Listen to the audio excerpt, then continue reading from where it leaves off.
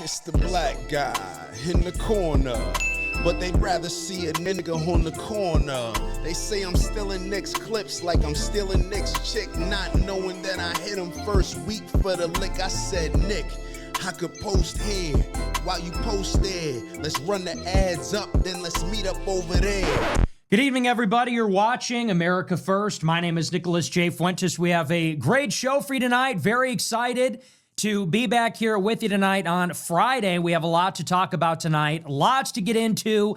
Big show.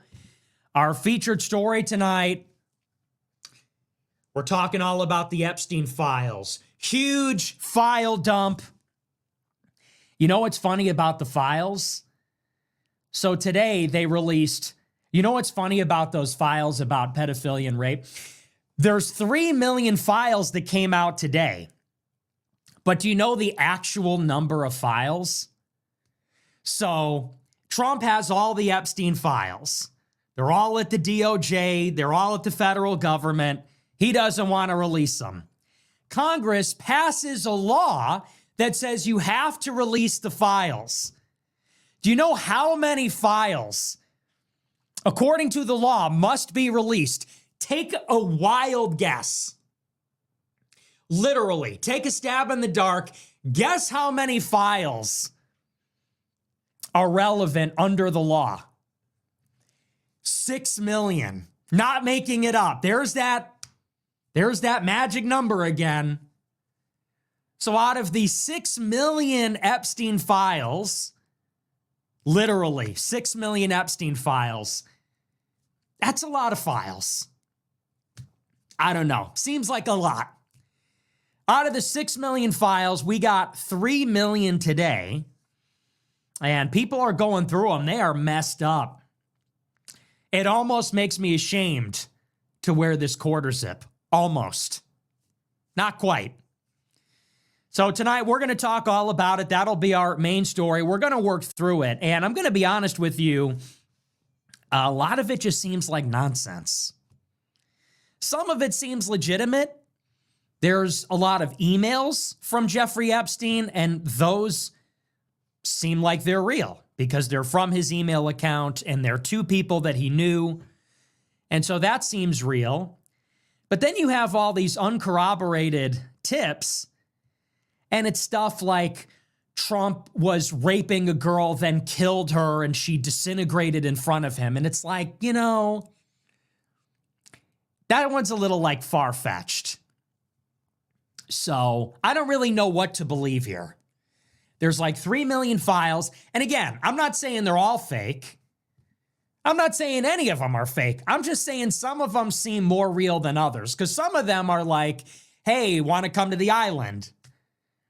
And it's from his email.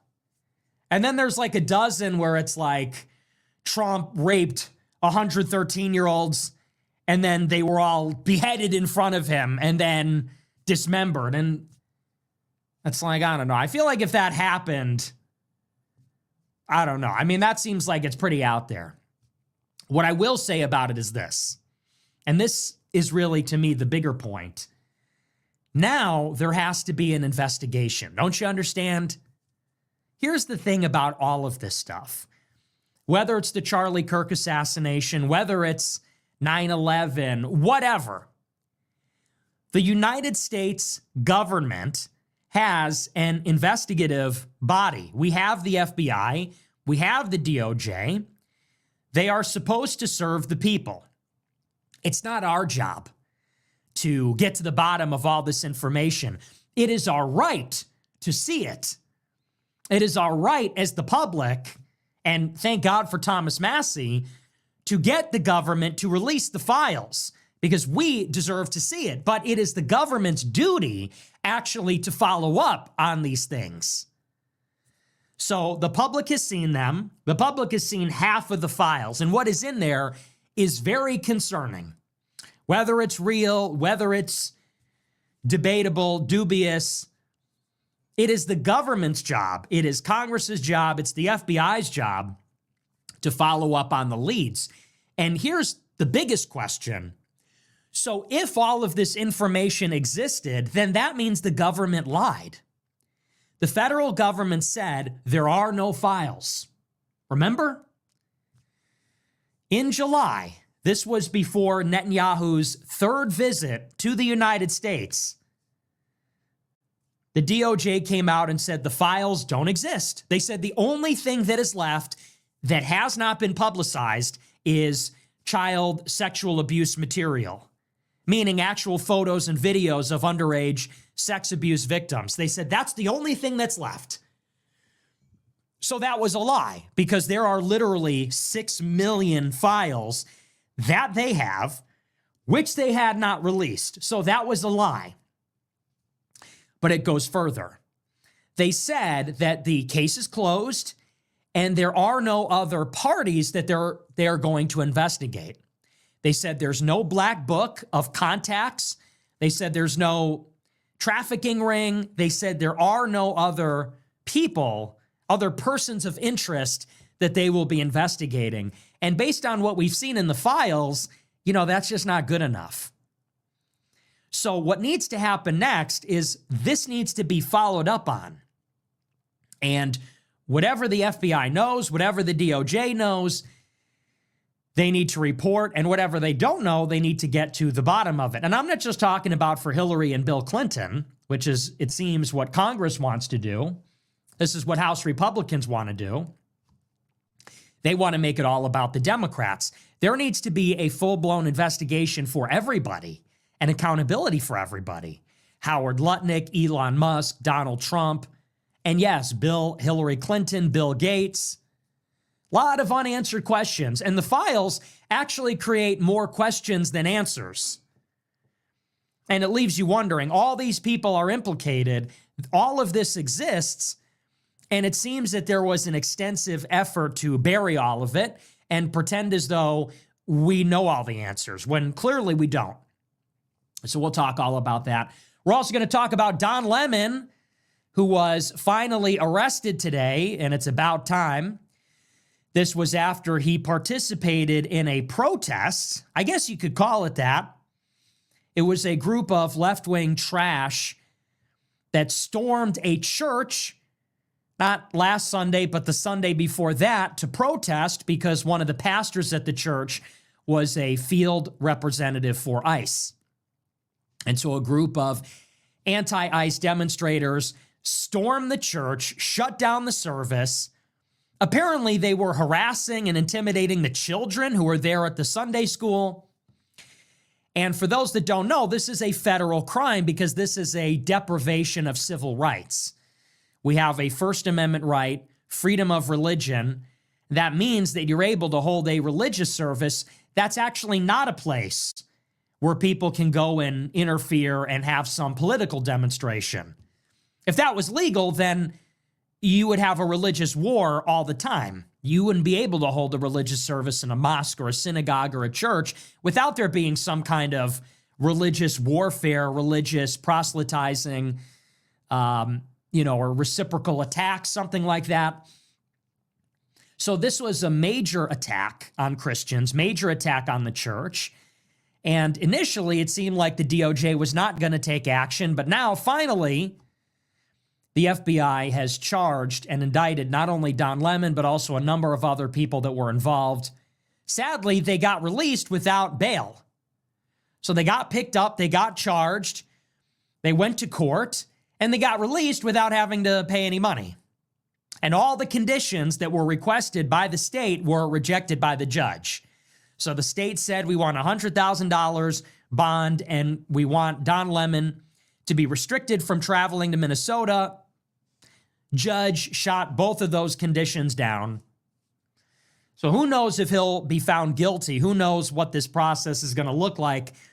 I will say I'm just glad that he got picked up, because if you have never been involved in a lawsuit or in a criminal case or anything like that, the process is a huge part of the punishment. And it's the bare minimum that he should be subjected to that at least. That is what happened to Trump. That is what happened to all of Trump's allies for years, the J6ers, people like myself. So I'm satisfied that they charged him. What happens next is sort of out of their hands. but I'm at least happy to see that. So those will be our two big stories. Before we get into it, I want to remind you to smash the follow button on Rumble, smash the like button, leave a comment, let me know what you think about the show. Go to Fuentes.store to get your brand new quarter zip. Gotta rep the merch. Fuentes.store. This is my new favorite. This is my new favorite piece. And it's our best seller. It looks pretty sharp. I know it's controversial. I know not everybody gets it, but this is a pretty sharp piece. Navy blue, red, and it says, and this is patriotic, it says USA. American flag on the sleeve. Okay, so this is patriotic. This is good stuff. Anyway, that's Fuentes.store. But we also have the hats. We have our Groyper Intelligence Agency hat. It's got a leather logo on there. We got the other GIA hat. If you want to be in the Groyper Intelligence Agency, check those out. AmericaFirst.plus. Subscribe to our Plus membership. $100 a month. You get to be in a group chat with me. Talk to me, hang out with me, say what's up. $15 a month to get access to our archive. Every episode of the show, every speech, debate, interview. It goes all the way back to 2017. Goes all the way back, actually, to 2016. My high school show is on there. It's also all in an MP3 format if you prefer to listen to the show. That's it. AmericaFirst.plus. Okay. With that out of the way, we're going to dive in. The first thing I want to talk about, though, before we get into the news, is this beef with Hassan Piker. Have you seen this? So I've been saying for weeks now, I have been forced to remind all of you that the left is still our enemy. Because a lot of people are getting tricked. A lot of people are being psyoped into becoming sympathetic to the left or becoming left-wing. And it is important for me to remind you, by the way, I'll just say this quickly. When I say this, I see a lot of recently red-pilled people. I see a lot of baby red pillers, people that got red-pilled yesterday, people that got red-pilled in the big 2-5. I see a lot of people saying, oh, this means he sold out. He took the check. Here's your $7,000. Let me remind you, guy that got red-pilled by me last year. Let me remind you, guy that got red-pilled by Instagram Reels in 2025 by me. The modern left is a creation of the Jews. Don't you realize that? So I go on the show, I call out the far left, and I say that anti-white, anti-Western, anti-colonial, socialist, communists are not on our side.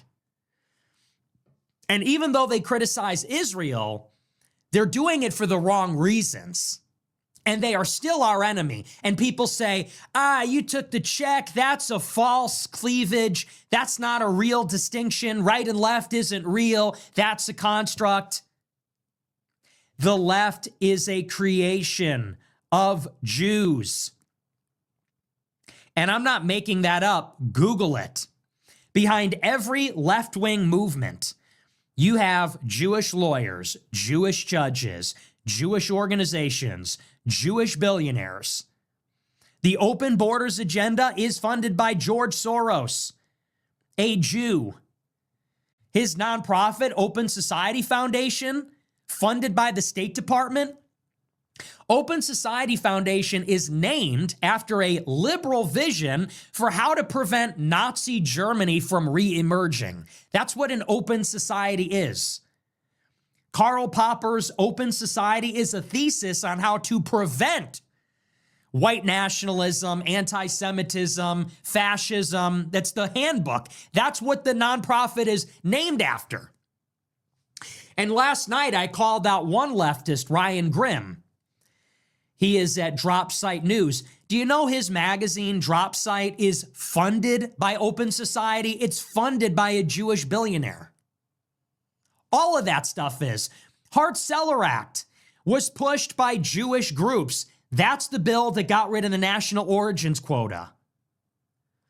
Civil rights movement women's liberation, gay liberation, all that stuff, feminism, suffragettes, you name it, all communism for that matter, Bolshevism, Marxism, all has its roots in the Jewish community. So, let's just get that straight. And this is an argument that I had with Hassan Piker. What the left is trying to do, and this is a huge psyop, they are trying to get normies and white people and those that are disgruntled with Israel, they're trying to capture them for the ideological left. And so they're starting to say that to be right-wing is to be a Zionist. If you're pro-white, that's just like Zionism for white people. If you're against immigration, that's like Zionism for whites. If you want America to be a powerful country, that's like Zionism for whites. Because they have identified Zionism with racial pride. They've identified it with tradition. They've identified it with military power. And they hate all those things. And so the reason they are against Israel is because they're against any right-wing government. They're against any kind of racial identity, any kind of religious tradition. This one just happens to be Israel, but they oppose it for all countries and everybody. And what's more, they do not believe there is anything particularly problematic about Israel. So I'll give you an example. Cenk Uygur was on Tucker Carlson today. And you should go and watch this because this is really instructive. Cenk, who is a democratic socialist, and Tucker, who is some kind of, I don't even know what, FBI agent, CIA agent, they sit down and they talk about Israel for the whole 2 hours.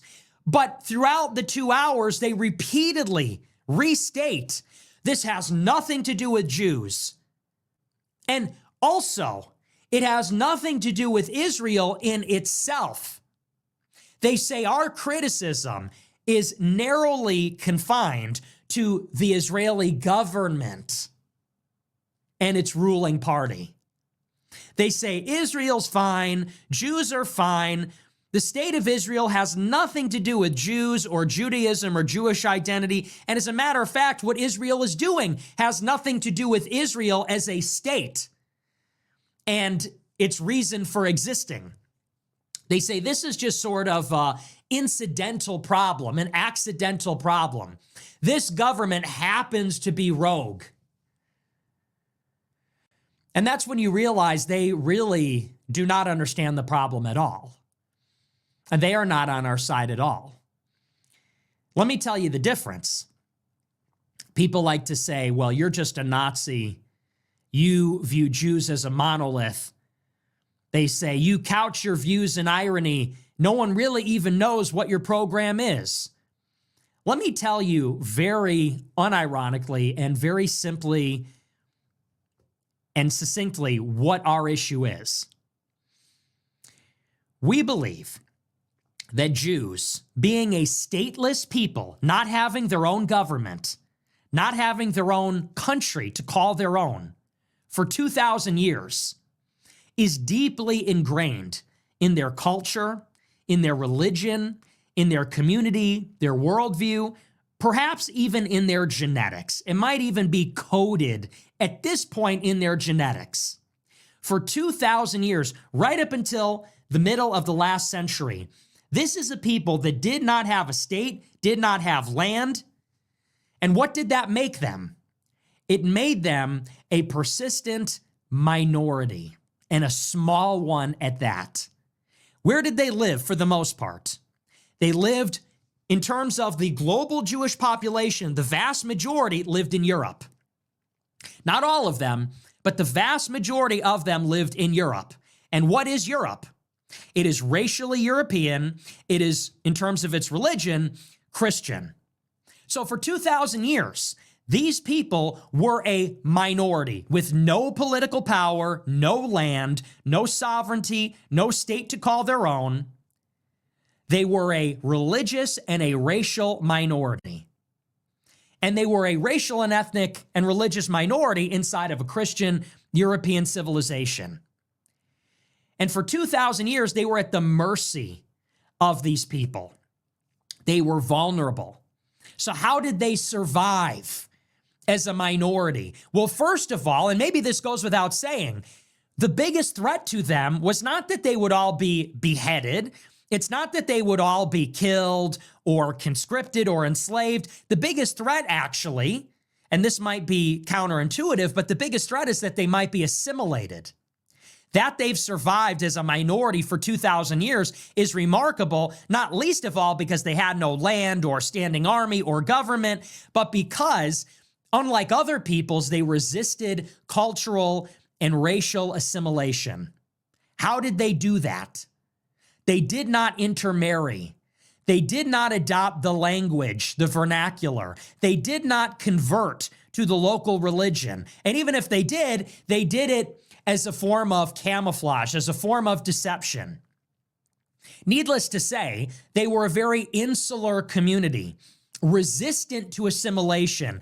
They self-consciously did not assimilate, would not go with the crowd, would not become Christian, would not become European. They self-consciously segregated, isolated themselves. And what this says is they have a very strong identity and a persistent belief in their own story. It's a messianic story. It's a religious story. It's a sociological story. And so they have these traits. They don't want to assimilate. They don't want to be like us. They identify as the other, actually. We don't other them. They other themselves because they don't want to be like us. So they have not been marginalized. They're self-marginalizing, self-segregating. That is intentional. That is actually a high priority for them. It's extremely important. And so what does this group do to survive? Well, what did they do in the United States? When this religious and ethnic minority arrived in the United States, they started pushing for minority rights. They are a tiny minority, and they're not just a racial minority, they're also a religious minority. At least Italians or Irish could identify with the English and the Germans because ostensibly they are Christian, even though from a different sect, and they are European. They're from the same continent and share some heritage with Western civilization, the Renaissance, the Romans, the Greeks. There's some sense of continuity. The Jews don't have that. They come from the Middle East. They have a completely different religion.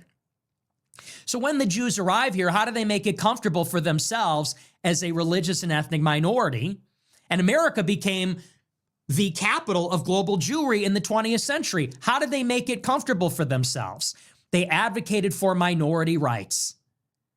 Minority rights as refugees to enter the United States, as immigrants from non-white, non-Christian countries to immigrate to the United States.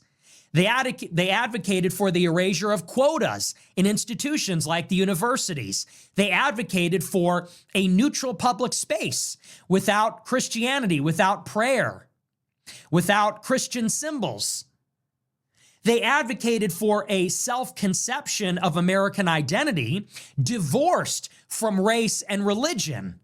Because if America identified as a race or religion, it would identify as white and Christian.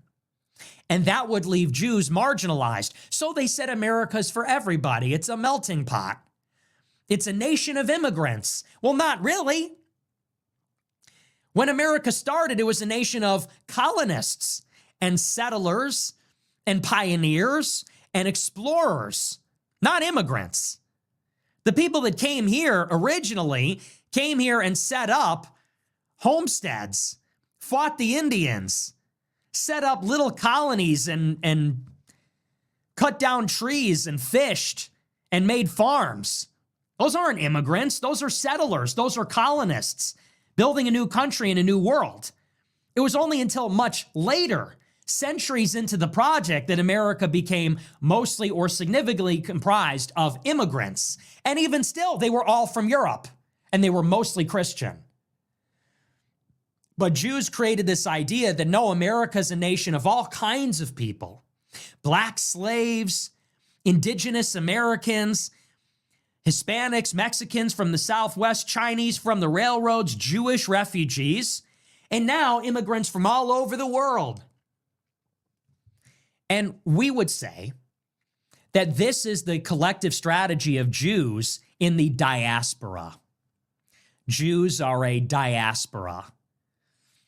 After their country was decimated by the Roman Empire in the 1st and 2nd century, they became a diasporic people, and they went out into the world, and this is how they got along. That is until they created Israel, a recent development. Then there was another part of the strategy. They realized 100 years ago, we don't want to live in a country where we're outnumbered. We don't want to live forever in countries where we are outnumbered, outvoted, overpowered, because ultimately what can happen anywhere, and what inevitably will happen on a long enough timeline anywhere, is we will see the rise of a Hitler. We will see the rise of a Philip II. We will see the rise of a Alexander III, a tyrant that will oppress the Jews. So they said, we ultimately need our own place. And originally they said it can be anywhere. It could be in Uruguay, it could be in Zimbabwe, it could be in Australia, it could be in the Russian Far East. Ultimately they settled on Palestine and they set up shop there. And now you have a lot of Jews living in that country, which they now call Israel. And now there's really a two-prong strategy, which is you have Jews in the diaspora who, as a minority people, will advocate for liberalism, universalism, open borders, religious pluralism. You have Jews who are the eternal minority in the diaspora, in the countries outside of Israel, in the nations, and they will always say, we want a world that's tolerant of everybody. We want a world that is global and universal, because that is the strategy that works for those Jews in those countries. But now, since the emergence of Israel, you also have Jews that live there, and they're advocates that live in the diaspora also, who are trying to empower Israel as much as possible, who really believe that Israel is the long-term bet. That's the survival strategy for the global Jews. Maybe they're more pessimistic. They think that ultimately pushing liberalism is a failed project. It's futile. And ultimately, all the Jews, to be safe, will have to eventually go to Israel. And so they want Israel to be a powerful country that no other country can destroy. That's why they want it to be nuclear armed. That's why they wanted to have a sophisticated intelligence agency. That is why they want to have a lobby in every capital of every great power.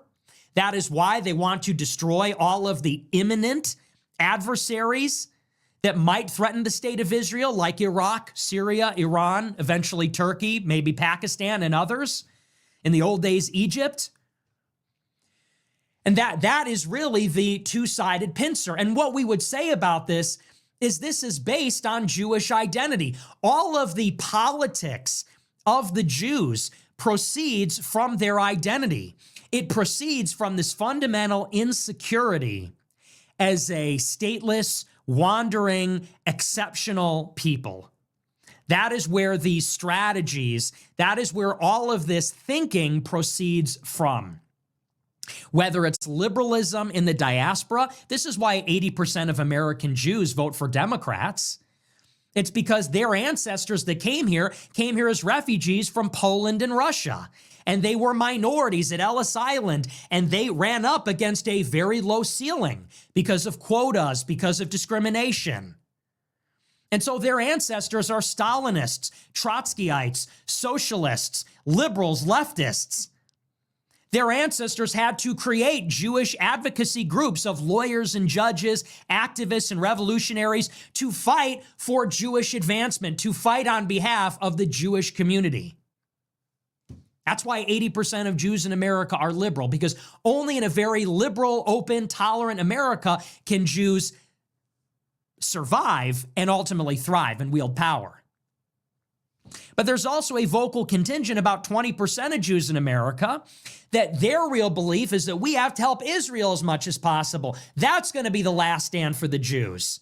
And of course, the Jews in Israel too, they believe that they have to destroy all their enemies. They have to protect themselves from the great powers. They have to protect themselves from their neighbors. And this is why they bribe the U.S. government to fight their wars. This is why they've got tentacles in Moscow and in Berlin and London and Paris and the rest of it, specifically for the advancement of Israel's national security goals. But all of it flows from Jewish identity. It's tribal, in other words. They are a tribe. They are a people. I would call it Jewish peoplehood. That's what they call it. It's their peoplehood.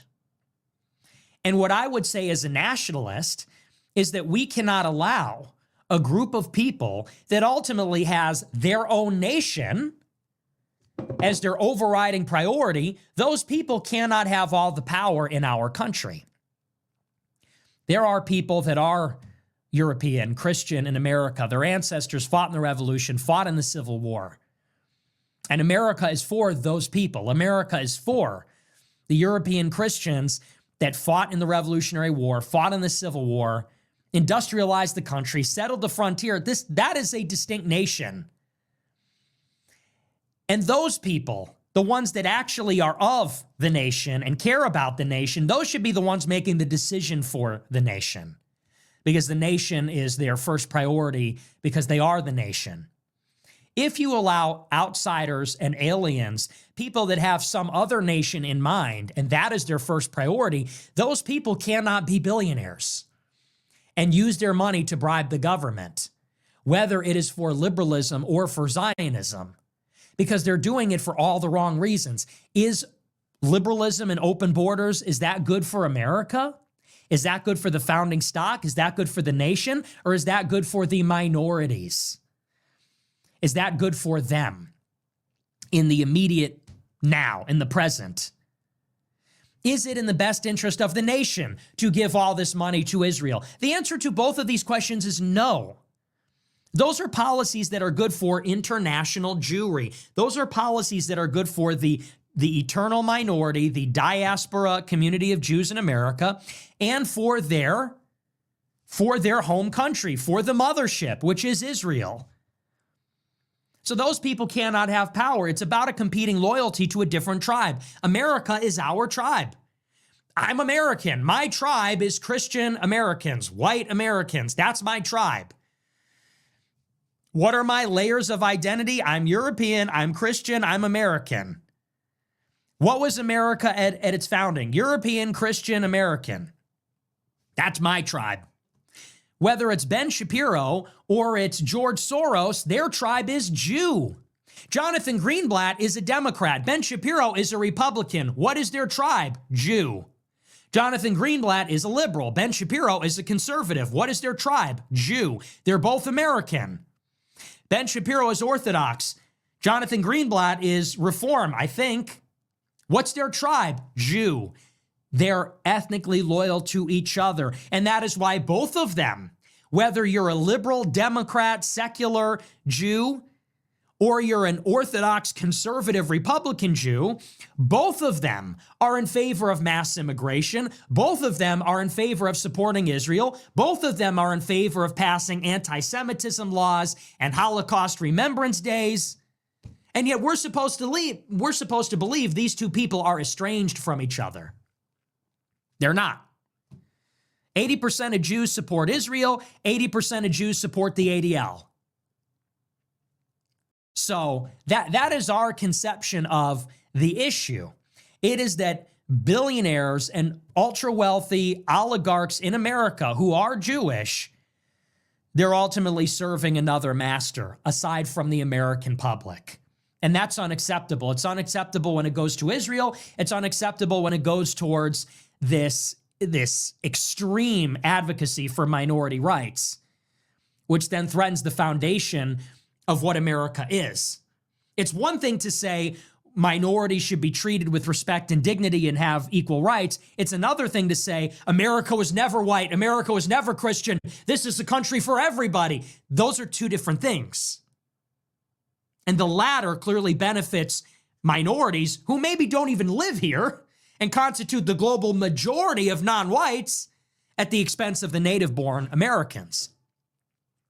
And anyway, so I don't know how succinct that is, but that's our idea of it.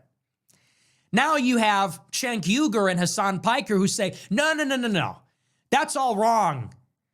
They say any interpretation of the world through the lens of race or religion or tribe, that is all a trick. That is all bourgeois. And the only lens that matters is materialism. The only lens that matters is class.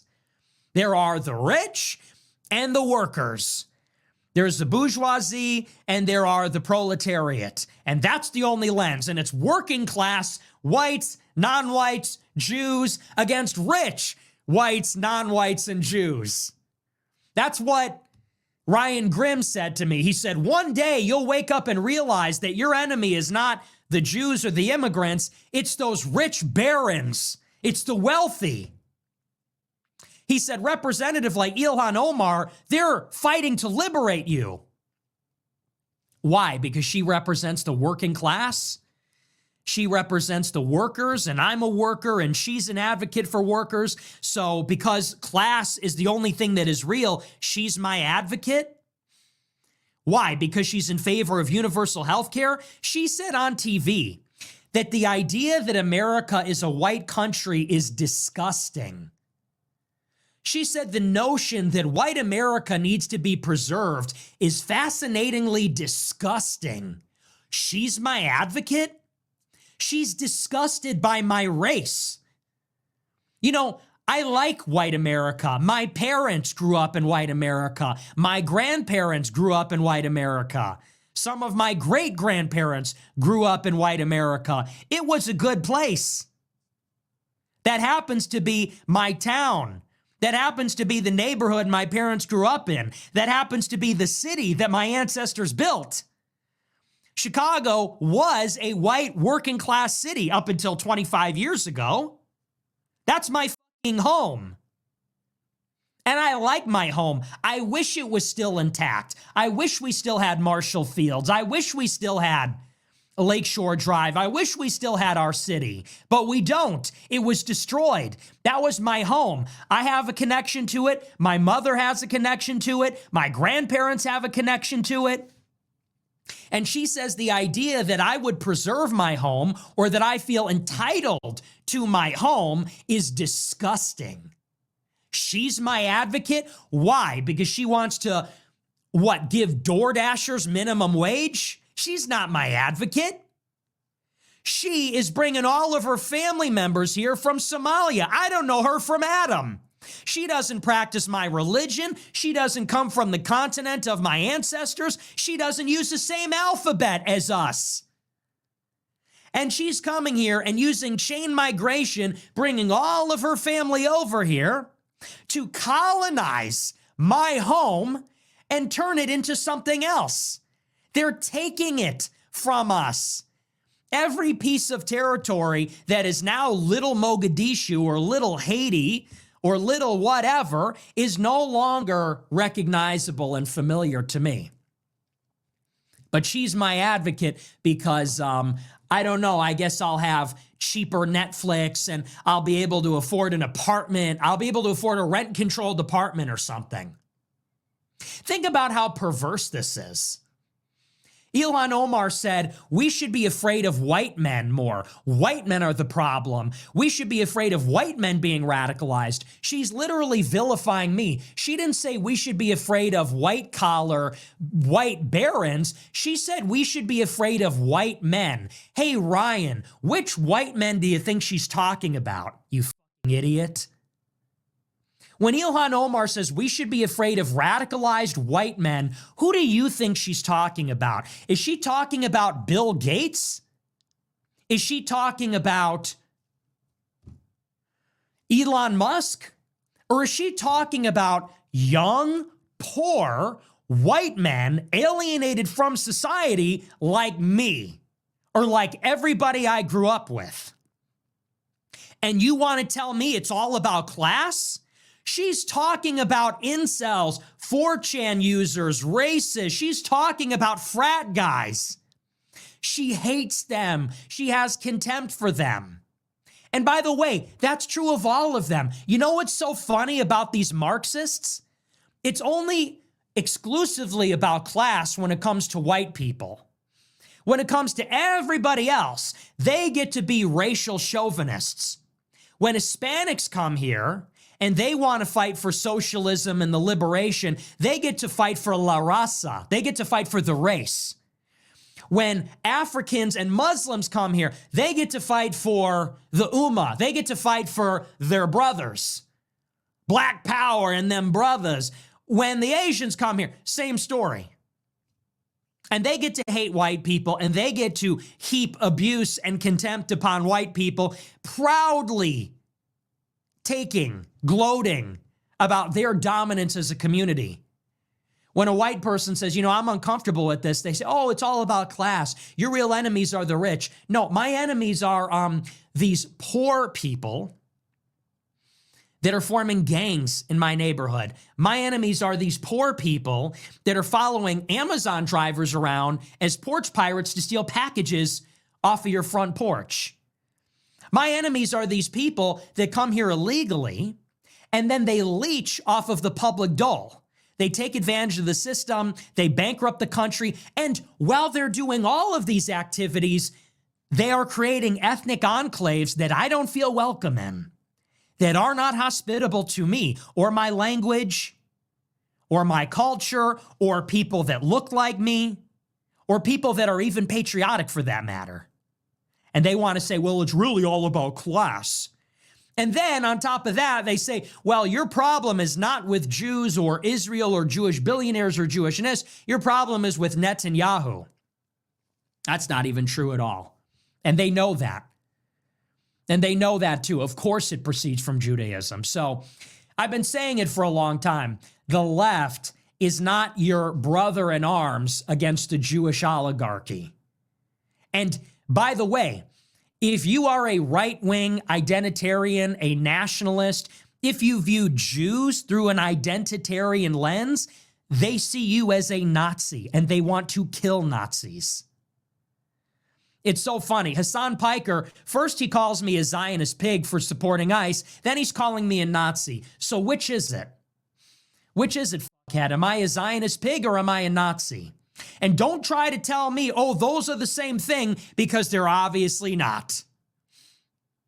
Don't tell me that Hitler, who wanted to exterminate all the Jews in the mind of the left, is the same as the Zionists who want to build a greater Israel where they will build a global government in Jerusalem where Jews will preside over all the nations of the world. Clearly a difference in worldview there. I don't want to hear about the Havara Agreement. We've all heard that one before. I don't want to hear about Jabotinsky. Ultimately, the Jews and Hitler had completely contrary goals. So which is it? But they want to bundle them together. Hassan Piker's been memeing, fuck Israel, fuck ICE. Those are two different things. Fuck Israel, fuck ICE. How about try this one on for size? Fuck Israel and fuck immigrants. How about that one? How about fuck Zionists and fuck communists? Fuck Zionists and fuck open borders. He says F Israel and F ICE. ICE is restoring our sovereignty by undoing the open borders that was pushed by Jewish communists in the 50s and 60s. Don't say F Israel and F ICE because they both beat people up. Really? Try this one on for size. F Zionists like Shapiro, F communists like Jonathan Greenblatt. We don't want to be controlled by Israel. We don't want to be outvoted by immigrants. It's the same thing. I'm America first. I'm not a socialist. I'm not workers of the world unite. White, black, brown, and yellow. Raise up your hammers and sickles. Nah, fuck that. I'm a nationalist. I'm America first. So I don't want my country to be a slave to Jewish Zionists forcing us to fight in their wars. I also don't want my country invaded by peasants from the third world outvoting us and stealing all of our wealth in the form of welfare and redistribution and government programs. I don't want either of those. Both of those, you understand, are depriving me of my birthright. Both of those are depriving me of my sovereignty and the benefits conferred upon me by citizenship inside of this country. Two sides of the same coin. Don't let him trick you. F ICE and F Israel. Why? Because they're both mean? because ICE is beating up idiots and Israel kills Palestinians? Here's the difference. Illegal aliens have no right to be here. Illegal aliens have no right to be here. Our country is being invaded.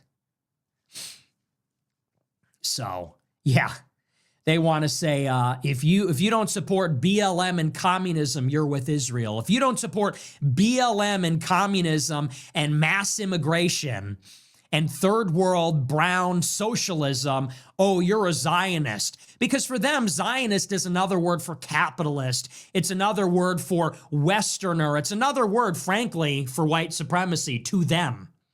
For them, it's in the same category as that, for white leftists. And that goes for all of them. Ryan Grimm, Hassan, Cenk Uygur, Glenn Greenwald, even though I like Glenn, Max Blumenthal, who I hate. Glenn, I like. He's the good one. Blumenthal is trash. Blumenthal is garbage. And by the way, here's the best part. Let me give you a little picture of the future, okay? Cenk Uygur goes on Tucker Carlson and says, we all need to join up hand in hand against Big Pharma and the Israel lobby, which has nothing to do with Judaism, and all the rest of it. Do you know what's going to happen if the left, with their Somalis and their Haitians and their Venezuelans and their Mexicans and their blacks and Indians, do you know what happens when the left comes to power? When the democratic socialists like Zohran Mamdani come to power at the federal level? Hate speech laws. Hate speech laws. These guys like Cenk Uygur that want to sit down and be the socialism with a human face. They want to break bread with Tucker. That doofus, Basim Youssef, wants to sit down with Candace Owens. When these guys present their third worldist shithole ideology with a human face, do you know that when they get elected, when they have absolute power, it's going to be hate speech legislation. It's going to be Holocaust museums. It's going to be re-education camps for Nazis. It's going to be total mayhem and anarchy. What do you think will happen down the road? Seriously. When we have our socialist, third world, brown People's Republic, do you think that they're going to be teaching Holocaust revisionism in the schools? Do you think that they're going to be preaching and exalting the achievements of whites? No, they're going to be taking down every artifact, every remnant of white civilization. They're going to say that every white president, every dead white man was an advocate for capitalist oppression, colonial oppression, Christian supremacy, patriarchy, and all the rest of it. They're going to bring it all down. They're going to bring it all down on our grandchildren.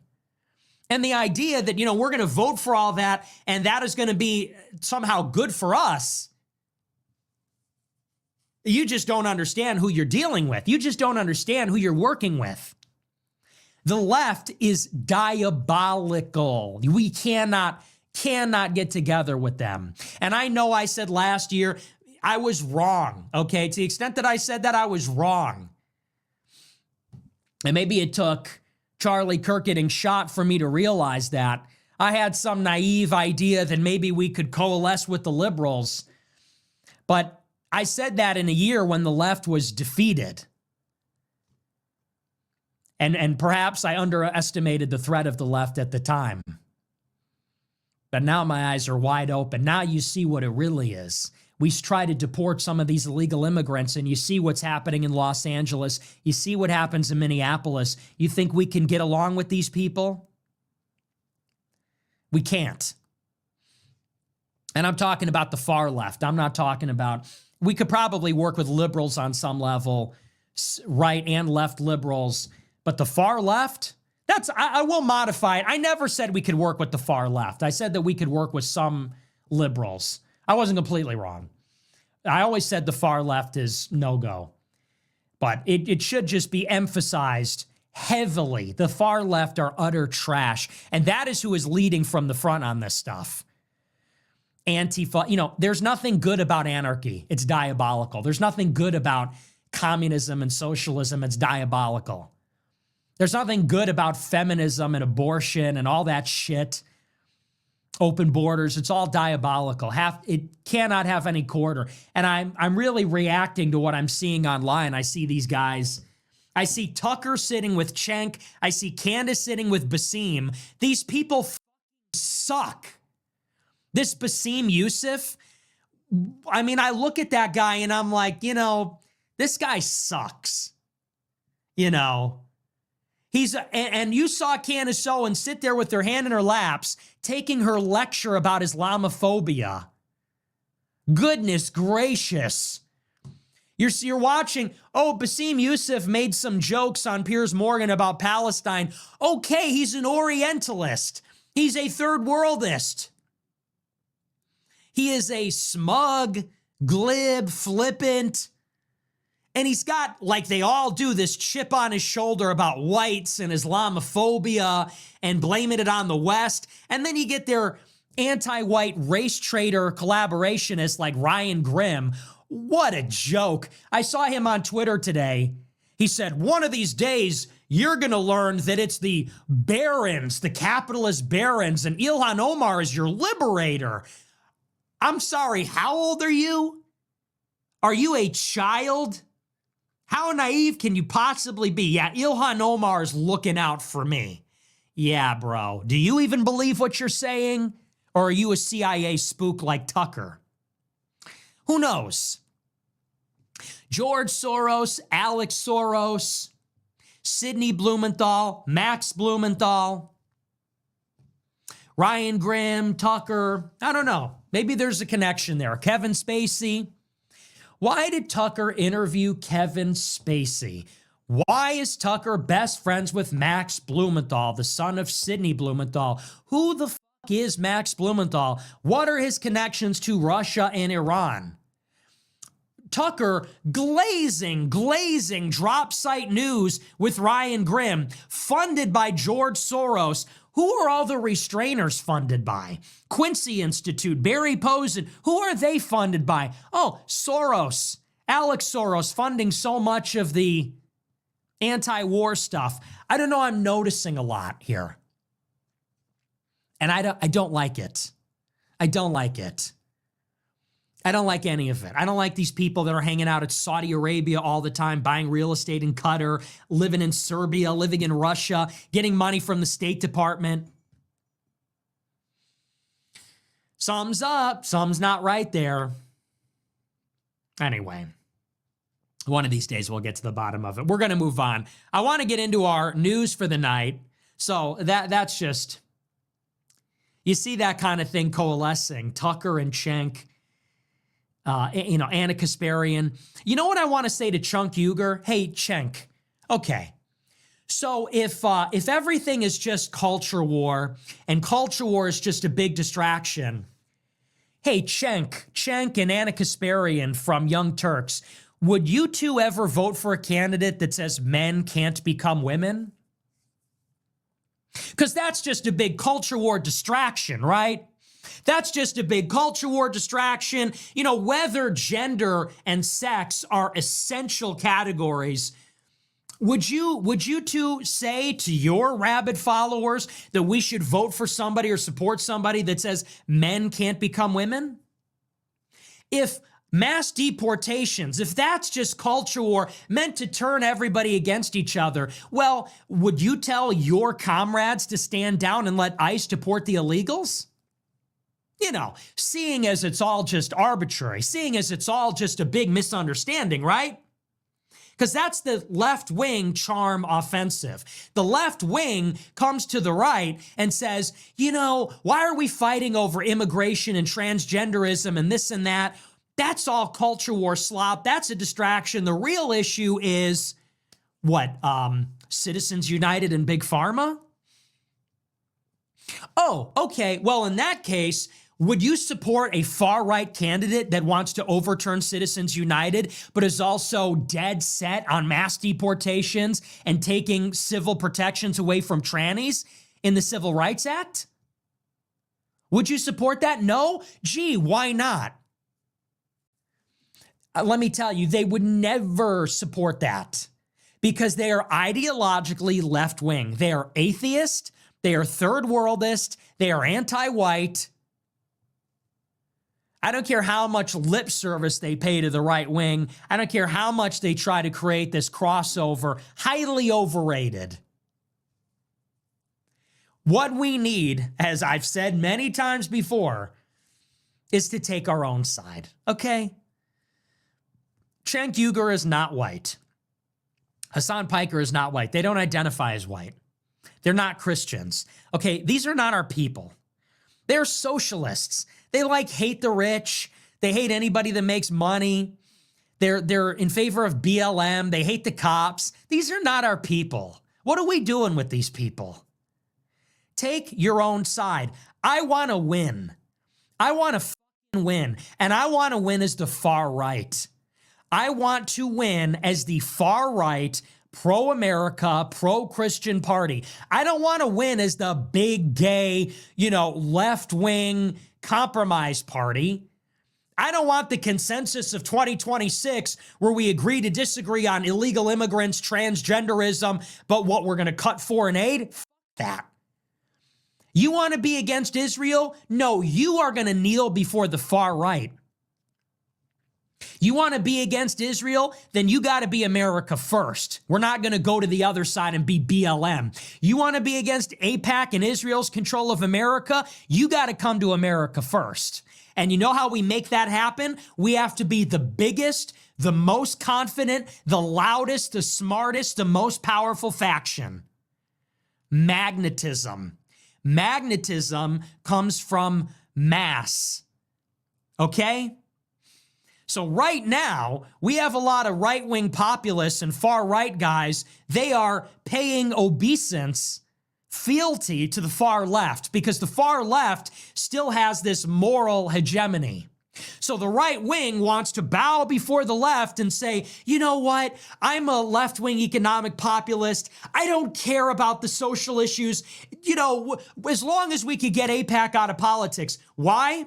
Because we perceive the left as more powerful. We perceive the left as bigger. And so they're the center of gravity. And that's why people are making these appeals to the left. We have to play to win. And playing to win means everyone that is far right needs to be far right. Everyone that believes these things needs to believe it like a religion. We need to believe it like we mean it. Say it like you mean it. If you're far right, you can't be conditionally far right. You need to be far right.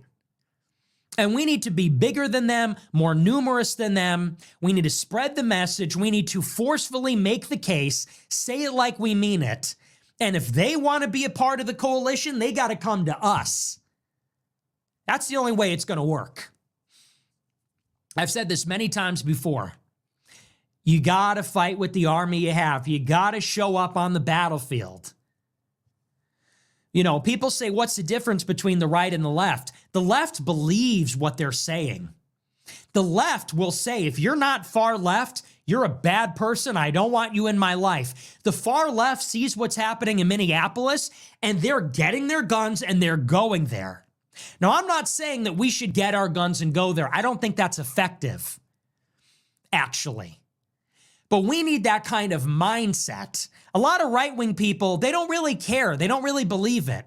They still have white guilt. They're self-conscious. They shrug their shoulders. The far left lacks any self-consciousness. Okay, they are militant. They are outraged.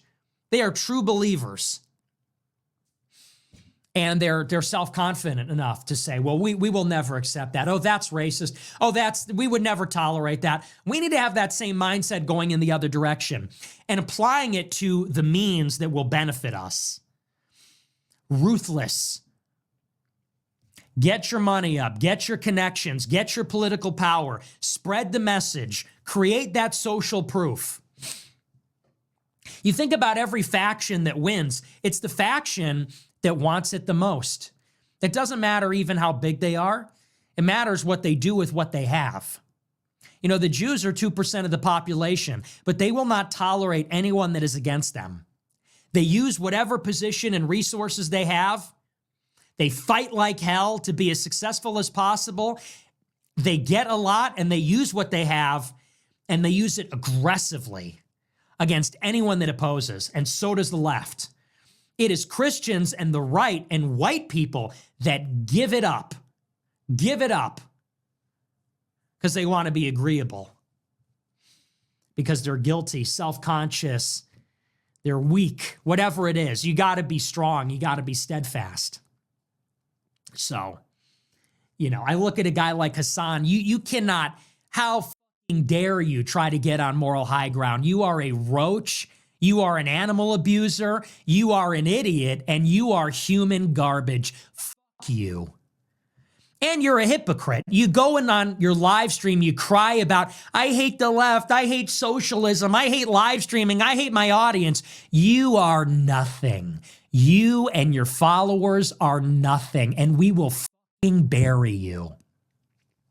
We will destroy you. You will live to see everything you have built destroyed by the far right. That needs to be the mindset. These people are scum. He says we're Zionist pigs. You are a communist dog. You are an animal. We will put you in jail. I can't wait. That needs to be the mindset. No tolerance for this stuff. No tolerance. Tolerance is over. Tucker sits down with his uncle. What are you doing? They are the enemy.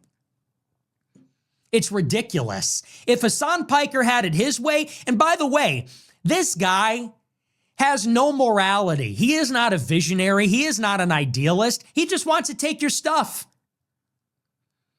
He is an envious, resentful person, a beneficiary of nepotism.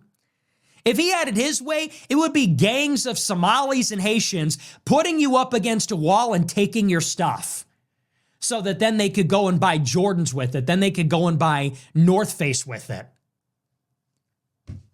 So these people are trash.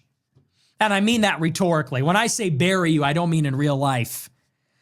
I mean in Minecraft. I mean rhetorically and philosophically and politically. We will confront your ideology. But that needs to be the mindset. These people are utter garbage. Utter garbage. These are the kinds of people that hurt animals. That's who we're dealing with. And that tells you everything you need to know about a person's character, how they treat animals. A defenseless, innocent animal, completely vulnerable, that you have complete power over. Look at how he treats that dog. You want to give that person political power? You think that's a good person? I think the government should put a shot collar on Hassan Piker. The government should put a shot collar on Hassan and put him in a tiny jail cell. And if he thinks of trying to move around, they should zap him. That's what we should do with people like Hassan Piker. That's what they deserve. And you have to believe that. You have to be confident in this. That's who these people are.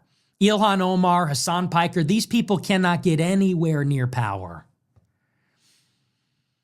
So, anyway, that's that. But I do want to move on. I will say, Hassan, it's funny, he's kind of winning us over. It just goes to show this is how buck-broken the left is. In order for Hassan Piker to get any kind of engagement, he has to attack gays, Mexicans, Zionist pigs. That just goes to show we are ascendant. We actually have the moral high ground. If you want to humiliate or attack somebody in 2026, even if you're a far leftist, you say, you're gay, you're non-white, and you're a Jew. That's coming from the far left. That's how bad it is. Nobody anymore is saying, you're racist, you're a Nazi, you're a white piece of shit. No, because everybody knows all those things are good. In the old days, think of this. It wasn't always like this. 10 years ago, if the left wing wanted to insult you, if anybody wanted to insult you, they would say, you know, you're racist garbage. And people would go, I am not racist. because that was the moral language of the day. In 2015, you would say, you cracker, you white supremacist that has no culture, you racist cisgender male. Those were harmful, hurtful words in those days. And that's how you would bitch slap somebody. Now it's 2026. Even the far left says, you fucking brown faggot Jew. That's the far left. If they want to insult you, it just goes to show, even the far left is far right. Everybody is far right. In everyone's heart of hearts, they are a Nazi. They are a racial purist. I'm 80% white. I'm a white presenting Hispanic. I'm a white Hispanic. And a far leftist says, you are a mutt. You are not racially pure. You are a degenerate mutt, and you are not sufficiently anti-Semitic. That's the left. That's the left in 2026. I was like, whoa. I saw that. I was like, damn, how am I going to come back? Is Hassan Piker more far right? But then I quickly recovered. I said, wait a second. You're a Turkish Jew lover. I was like, wait a second. You're a Turk roach Jew lover, communist. This is the dialectic. So we're actually in the left does not even have any self-confidence anymore. Look at it. Cenk Uygur is on his hands and knees on Tucker Carlson. They know that the only way to get people to support mass immigration is to be anti-Semitic. Right? The left wing is so toxic now. They're not even trying to make arguments about police brutality. They're not even trying to make arguments about like immigrants have dignity as human beings. They're just saying, if you support beating up immigrants, you're a Zionist. Like, that's crazy. Think about it. Immigrants are being black bagged. They're being picked up. Left-wing idiots are getting mag dumped in the face, and the left won't even stick up for their inherent dignity as people because they know that's not going to work. They just get up and say, well, did you know that the guys that are doing this were trained by Jews? And people are supposed to go, oh, really? Oh, I hate this now. And it's like, well, what does that actually say about where the left is? It's like you have a far-right nationalist supporting mass deportations and the left-wing appeal, hey, why should you not listen to this guy? He's not racially pure. He's probably a degenerate. And he's a collaborator with the state of Israel. And you go, whoa. Even our communists are Nazis. That's America in 2026. Even the far left is the far right. The political spectrum is that, and then Gypsy Crusader on the other side. Anyway, okay, now we're going to get into the news. So I think I've been talking for an hour and 20 minutes. Now we're going to get into the news. I just think that's funny, though. You know, I was like, damn, he really roasted me. Damn, this far left communist called me a racially unpure, degenerate Jew lover. I was like, I was at Charlottesville. How could you say that? But then I found myself agreeing with him. I was like, you know what? You're right. You're right. We do need a racially pure Aryan. We do need a completely non-degenerate Aryan warlord who is sufficiently anti-Israel. You're so right, Hassan. True. I've been saying this. I am heralding. I'm like the Silver Surfer, okay? I'm not here to eat the planet. I'm the Silver Surfer. I'm the minion. Okay, I'm Bob.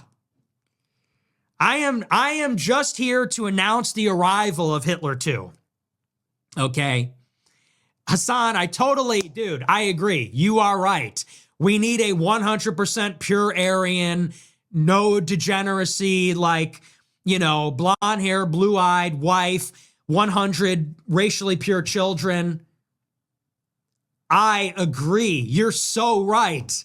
We need that person to train ICE without the help of the IDF to destroy these people.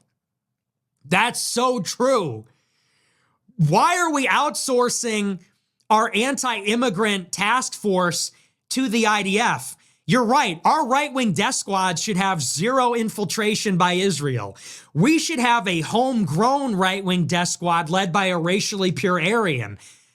Okay, now I can agree with them on something. You know, I don't agree with Hassan Piker on everything, but when he said we need a racially pure Aryan to have a homegrown right-wing death squad, I was like, you know, that's kind of a good point. All right, anyway, we are going to move on. We're going to get into the Epstein files. I promise, we're going to get into the news here. Our featured story is about these 6 million Epstein files that have just been released. And we'll back up the story a little bit. So today, finally, after about 7 or 8 months of a cover-up, what is in effect a cover-up from the highest levels of government, finally, the DOJ seems to have declassified about 50% of the files that they have on the Jeffrey Epstein case. And so all the files came out today. All these 3 million files came out. And it's emails, it's tips to the FBI, it's images, it's news reports. It's a lot to go through. And I don't know that investigators have even gotten to the bottom of everything. It's 3 million documents. I don't think it would even be possible. But we're starting to see what's in the files. And a lot of it is very strange. And as I said at the top of the show, some of it seems more credible than other parts of it.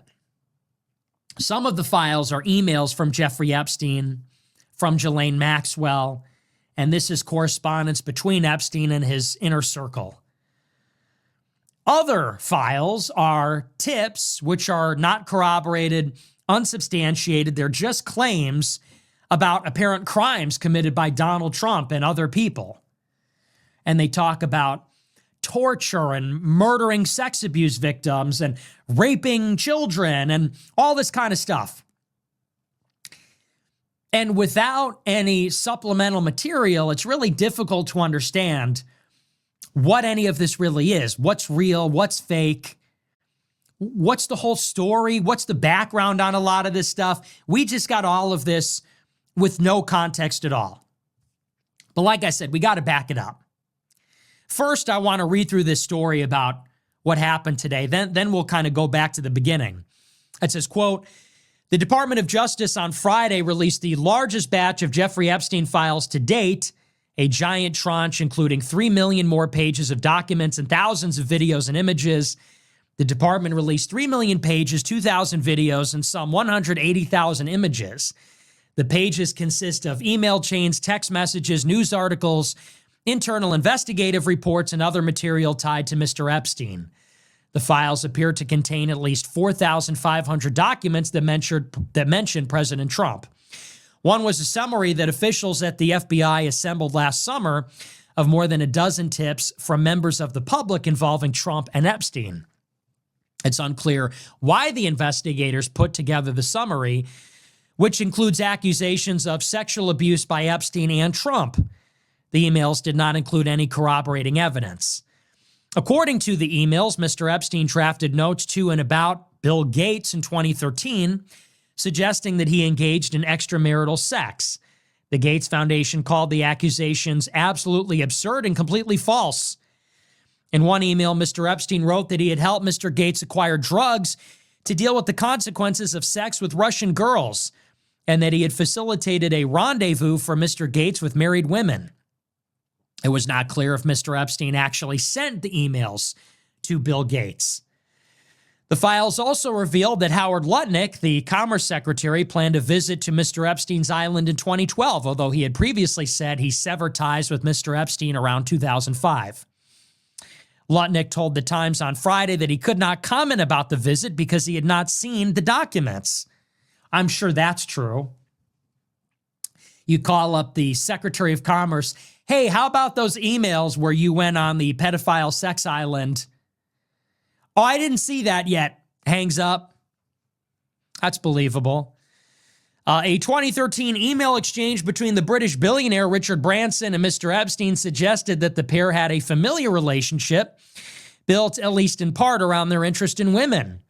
Multiple messages between Elon Musk and Jeffrey Epstein showed the two comparing schedules to find time to meet in Florida or in the Caribbean between 2012 and 2014. So here's the thing about the files. To me, this is what is relevant. From what we have seen in the files, and I'm going to be completely honest with you, it is impossible, just from the files alone, to determine whether these are real or fake. Honestly. We don't have the context. We don't know how much of this is authentic. We don't know how much of this has been corroborated. Certainly, it seems that some of it is more credible than other parts of it.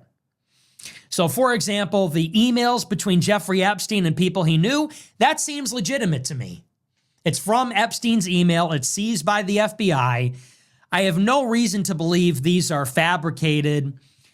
The most you could say is maybe for whatever reason, Epstein was making these up to troll, to indict certain people. Who knows? That is maybe what you could say is the extent of it. That seems to be more credible. Then on the other side, you have this long list of sexual assault accusations against Trump, which are very out there and seem pretty wild. And there's no evidence for them. All we have are complaints. We have some reports from confidential informants, and they reflect opinions, unverified accusations. That to me seems less credible. Here's what I will say about all of it, however, and this is to me what matters. All of this started because Donald Trump said that he would release the Epstein files, which the public deserves to see. At the minimum, the public deserves to see all of this investigated, and it should be transparent. When Trump is elected, they do a fake out. Around this time last year, the Trump administration invites all of these Jewish influencers to the White House, guys like Rogan O'Handley, who was praying at the Western Wall, guys like Mike Cernovich, who's tight with Alan Dershowitz, Scott Presler, Jack Posobiec. All the pro-Israel influencers are invited to the White House. As you remember, they get the binders, and the binders contain no new information, and they were only given to a handful of people. It was a head fake. And so you got to wonder, why did they create this fake out? Why did they try to trick us? Because that's what it is. They created this elaborate photo op in order to get people off of the case. They wanted us to stop looking into this. They wanted us to stop paying attention. Why? And that was their first move. Their first move 1 month in was to say, hey, let's invite their favorite influencers. Let's give them a bunch of crap. They will be satisfied and they will go away. They will stop caring about this issue. Very bold move. And quickly people said, hey, what's the deal? Put the files online. Why'd you give them to 5 people? Give them to everybody. Well, then they uploaded the files and people quickly realized the files were fake. So people said, what's really going on here? Now where's the real files?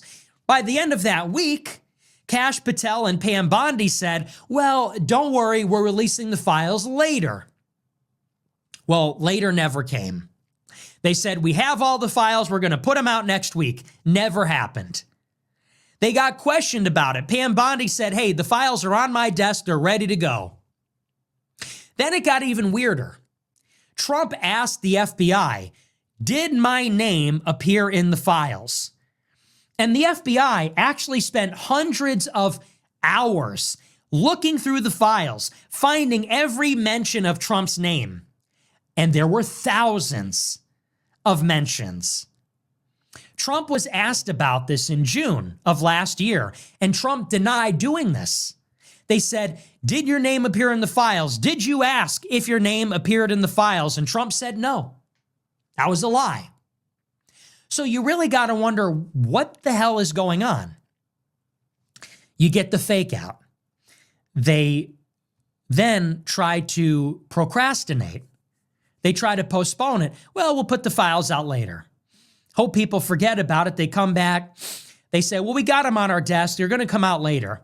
Trump is very curious about whether he's in the files, and then he lies about asking the FBI to investigate and get to the bottom of that inquiry. Then, this is when it really gets weird. Elon Musk goes to the White House with a black eye. It's his last visit to the Oval Office. This is right before Israel bombs Iran. This is the week before. Elon Musk goes on Twitter and says the reason Trump will not release the files is because he's in them and he knows he's in them. He's got a black eye. It's a week before Israel bombs Iran, and then he's never in the Oval Office again. After Israel's war with Iran concludes, which the United States intervened in, Netanyahu visits the White House to celebrate, and he gives Trump a big trophy for their victory in the war. The day before that visit, the DOJ publishes a memo and says, case closed. There are no Epstein files. They don't exist. We can't release them because there aren't any, and there are no third-party people we want to investigate. There's no black book. There's no sex trafficking ring. That never happened. This is done. This is a cold case. This is case closed. And as you recall, there was public outrage. People said, what the f*** is going on? First you said they're on your desk. Now you say they don't exist. You campaigned saying you're going to release the files. Now you say there are no files to release. You talked about this sex trafficking ring. As a matter of fact, that's what Epstein was charged with and convicted for 20 years ago. Now you say there never was a sex trafficking ring. 2 weeks before the war, Elon's got a black eye and says Trump won't release the files because he's in them. Now Netanyahu brings this giant trophy to the White House to commemorate their victory in the war. And right before he arrives, he gets this gift, which is the Epstein files are going to be buried. So people go, what's up? Then you get this extraordinary cover-up. Trump comes out as guilty and defensive as anybody could possibly be. He says, if you are interested in the files, you're an idiot. You're a fake supporter. You're with the Democrats. You're with them. It's a hoax. The Democrats made it up. Why would they not get to the bottom of it under Biden? One line after another, one excuse after another, piling up. There are no files. It's only child sex abuse material. The files are real, but they're a hoax. They're real, but they're fake. If you believe in them, you're not my real supporter. Then you have Republican members of Congress that break with the party and vote with the Democrats to release the files.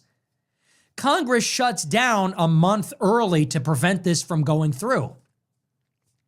Thomas Massie, Marjorie Greene, Nancy Mace, and Lauren Boebert get together, and they, working with the Democrats, are going to compel the release of the files with an act of Congress. They're even going to bypass the Speaker of the House, the leader of their own party.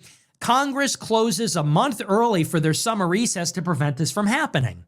Then when Congress comes back, do we get the files? No, because Congress shuts down for 45 days. Longest government shutdown in history. And in the end, the Democrats give up without any concessions. Kind of weird. Then a week later, we finally get this bill. It goes to the floor. It passes. Marjorie Greene, who pushed it, resigns mysteriously after getting death threats. Then Trump tries to drag his feet. They try to delay the release of the files. They try to amend the bill. Doesn't work. It takes 2 months. Now we're in January 26. We finally get the files, and there's 6 million of them. Now we finally get the files after they pulled out every stop to prevent this from happening. They shut down the government. They shut down Congress. They tried to trick us. They tried to postpone it. They lied. Trump tried to guilt trip us, tried to tell us it's not real. Finally, they release them. There's 6 million files. And Trump is named almost 5,000 times. And you say, okay, so that was a lie. Everything they said about it was a lie. They said the files don't exist. Okay, there's 6 million of them. So obviously they exist and you lied. Then they said, well, they're a hoax.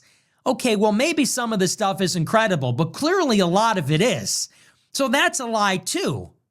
They said there is no trafficking ring. Well, from these emails and judging by what we've seen, I don't know that you can actually say that. I don't know that you can infer that without a full investigation. So it's hard to draw concrete conclusions from what we've seen because a lot of it is inconclusive. However, what we do know for a fact is that they lied. They engaged in a cover-up which failed. They lied about the existence of the files, the contents of the files, the treatment of the files. They pulled out every procedural stop to prevent the files from coming out, and now we only have half of them, and what's in there is pretty disturbing. Now here's the next part of this, and I said it at the beginning. It's actually not our job to get to the bottom of this. It's our right to see it, but it's not our responsibility to investigate. Why? Because we don't have any power. Okay, the FBI has power. The Department of Justice has power. Congress has power. All of these institutions have power to subpoena, to investigate, to summon people. All of them have power actually to action these files and claims and accusations. We have the right to see the files. It is now the obligation of our representative government to do the people's will and investigate. So you've got 3 million files here. Howard Lutnick, Bill Gates, Elon Musk, Richard Branson, Steve Bannon. All these people are named. Donald Trump, Bill Gates. Now you need a full-blown investigation by the FBI into all of this. There are very serious accusations against Trump. This needs to be investigated. There are very serious accusations against all these people. This needs to be investigated. FBI needs to get to the bottom of it. DOJ. And you know what the next move is that they're going to try? You have House Republicans that are on the committee. They're already trying to pivot and make it about the Democrats. They're trying to compel Bill and Hillary Clinton to come and testify about the files. But Bill and Hillary Clinton are only a couple of people that are involved here. They're going to try and make it a partisan thing. This is about everybody that was involved in this. We need to know, because we need to know who's compromised. Are these emails with Bill Gates and Jeffrey Epstein real? Because if they are, then that means that Jeffrey Epstein had extraordinary blackmail leverage over Bill Gates, one of the richest people in the world. That would be a big problem. And if Epstein had a similar relationship with Howard Lutnick or Donald Trump or Bill Clinton, that's a big problem. Because that would also seem to suggest that these people are compromised. By who? For what purpose? So again, and this is the most important thing, and I said this a couple weeks ago, everyone said it was controversial. Trump is not a pedo protector per se. That's not what this is. To the extent that there was pedophilia or underage sexual abuse, not justifying it, that was only in the furtherance of another crime. You understand the difference? That was in the furtherance of another crime. It's not like they were running a pedophilia ring because they just really wanted to get their rocks off and Jeffrey Epstein was a pimp. That's not what happened here. Jeffrey Epstein was pimping girls out to blackmail his clients. You understand? The sex trafficking, the sexual abuse of underage girls, these were crimes committed in the furtherance of extortion to compromise powerful people. That is actually the larger question. Are you prepared to ask that question? I see people squealing and screaming, pedophile protector, and they want to get into the sensational details of the sex crimes. I understand that.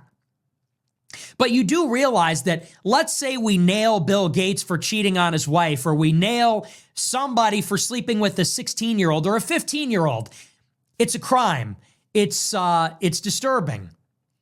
But the next question is, who paid for the blackmail? Is that person compromised? And if they were compromised, what were they ordered to do and by who? It's a question of politics. It's a question of our sovereignty. That is the scandal here. That is what the FBI needs to get to the bottom of. Because when you look at this circle, you see Howard Lutnick, our Commerce Secretary. You see Bill Gates, who runs Microsoft, one of the most valuable companies in the world. You see Elon Musk, again, who is going to be the world's first trillionaire. $1.5 trillion IPO for SpaceX, runs Tesla, runs X, runs Starlink and Starshield. If these people have connections to Epstein, that doesn't just imply that there's a sex crime, it implies that there is corruption, that there is some sort of nefarious political operation. That's actually the real story here. But I don't think we're ever going to see the light of day on this stuff. I don't think the FBI, the DOJ, I don't think they're ever going to bring any of that to light. Why would they? Kash Patel works for Trump. Pam Bondi works for Trump. Trump, in a sense, works for Israel, works for Elon. So how are they going to investigate these people? If Miriam Adelson and Israel and Elon, if they pulled Trump strings because they contribute the money, and if Trump employs Kash Patel and Pam Bondi, then how are Pam Bondi and Kash Patel going to possibly run this up the flagpole and do their job? They can't. Excuse me. And if they tried to, Trump would fire them. And if Trump empowered them to investigate, what do you think would happen to Trump? The billionaires would flip Congress and they would impeach Trump, and they get somebody else in who would fire the DOJ and the FBI. This is the nature of our problem, you see?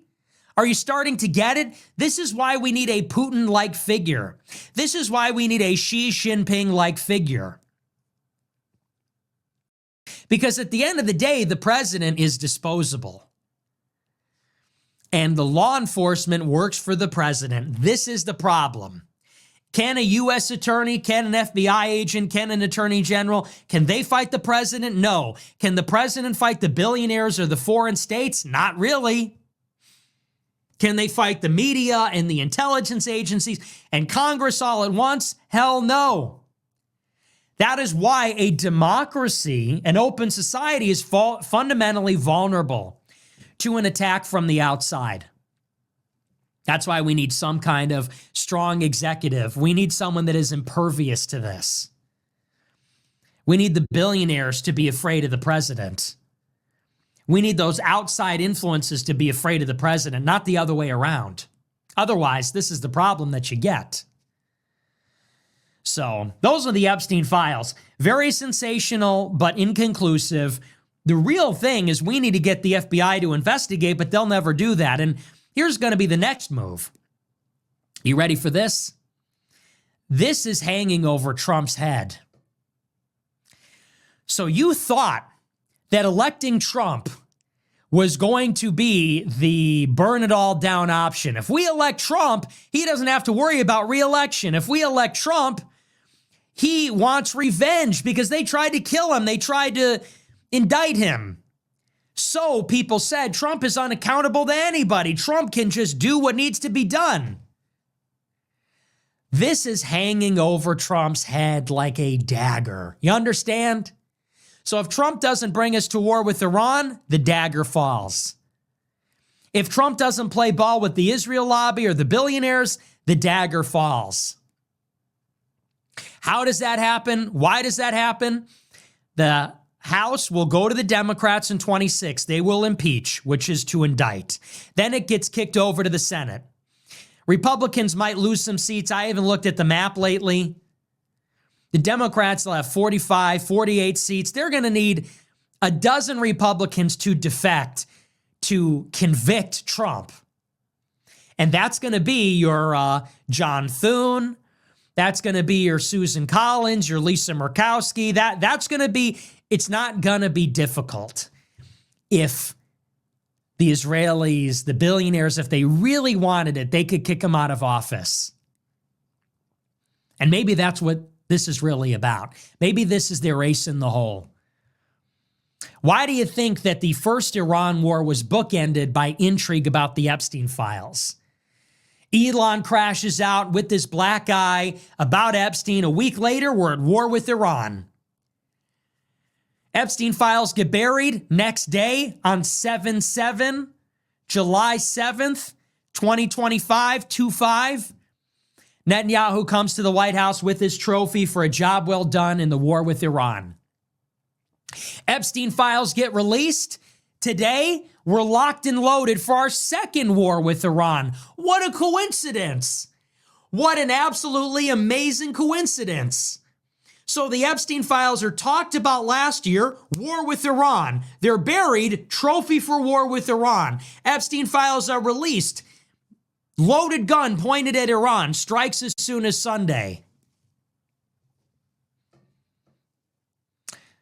Make it less subtle. Make it more obvious. I mean, that's what it looks like to me. And maybe that's conspiratorial. Maybe that's crazy.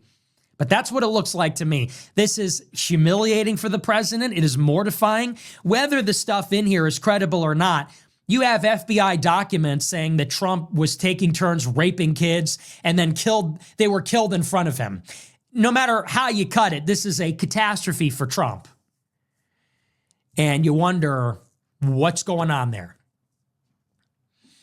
Who wanted that to come out? Who is in control of that information? What's in those other 3 million files that they didn't release? Who has the negatives? Who has the rest of it? Is it in Tel Aviv? Is it in the possession of Ehud Barak? Who's got it? What else is out there that we don't know about? That's the concern. So people said a couple weeks ago, if you watch my show, I said, it's not pedo protector. That's sort of missing the point. However you classify the sex crimes. Really, it's a story about sex abuse in the service of political compromise, political blackmail. And those are really the farthest reaching implications of this. So that's that. But I do want to move on. We're going to take a look at our super chats. This is a long show. We'll see what you guys have to say about it. I'm going to take a look here. Let's get right to it. All right, let me turn this heat off real quick. We good. Let's start where Nick finished on the Epstein files. And in my opinion, the damage has already been done. Obviously, the damage has been done when it comes to any of the victims of child trafficking or any other crime associated with the Epstein files. Obviously, the damage has been done when it comes to that. The damage has also been done when it comes to what may change the way that politics move forward in our country for a very long time. Now, what do I mean by that? We developed a distrust for the government. And whenever you have a group of people, we the people, that have a distrust for leadership, what I'm thinking about in my mind, the vision that comes are a lot of these other countries, some where we may jump in and try to act like we're playing the hero because their countries are upside down, where the people are standing up against the government, right? Venezuela, Nigeria, you could say with Iran, all of these different things. Now, who's creating this? Who's feeding this? Who's stoking the fire? That's another conversation. But we are in a position now where the Democrats, I think when Joe Biden and Kamala Harris were finishing up, they had their lowest approval rating in a very long time, the Democratic Party. Obviously, that's the case with Donald Trump, conservatives, Republican Party seems like it's having its own civil war as the country's having a civil war as well. Nobody trusts the government.